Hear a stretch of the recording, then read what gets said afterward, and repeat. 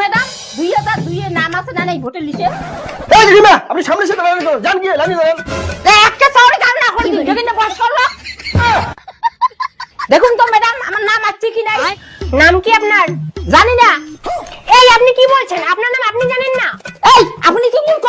বললাম না আমার নাম জানি না।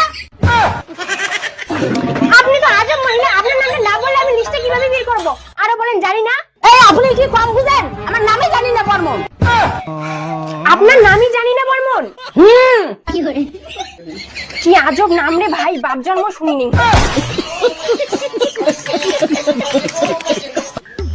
2002 এর ভোটার লিস্টে তো আপনার নামই নাই। কাকিমা তাহলে আপনি যদি বাংলাদেশ যাবেন।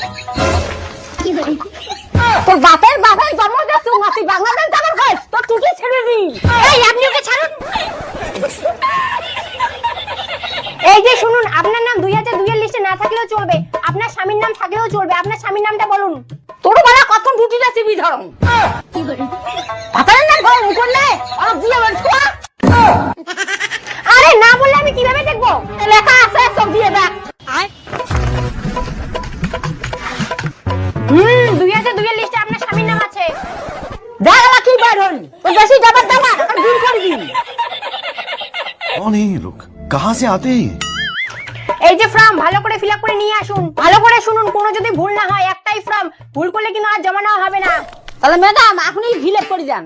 আমার কাছে সময় নেই, অনেক লোক লাইনে দাঁড়িয়ে আছে। তাহলে কি বারের জন্য দোকান খুলেছেন?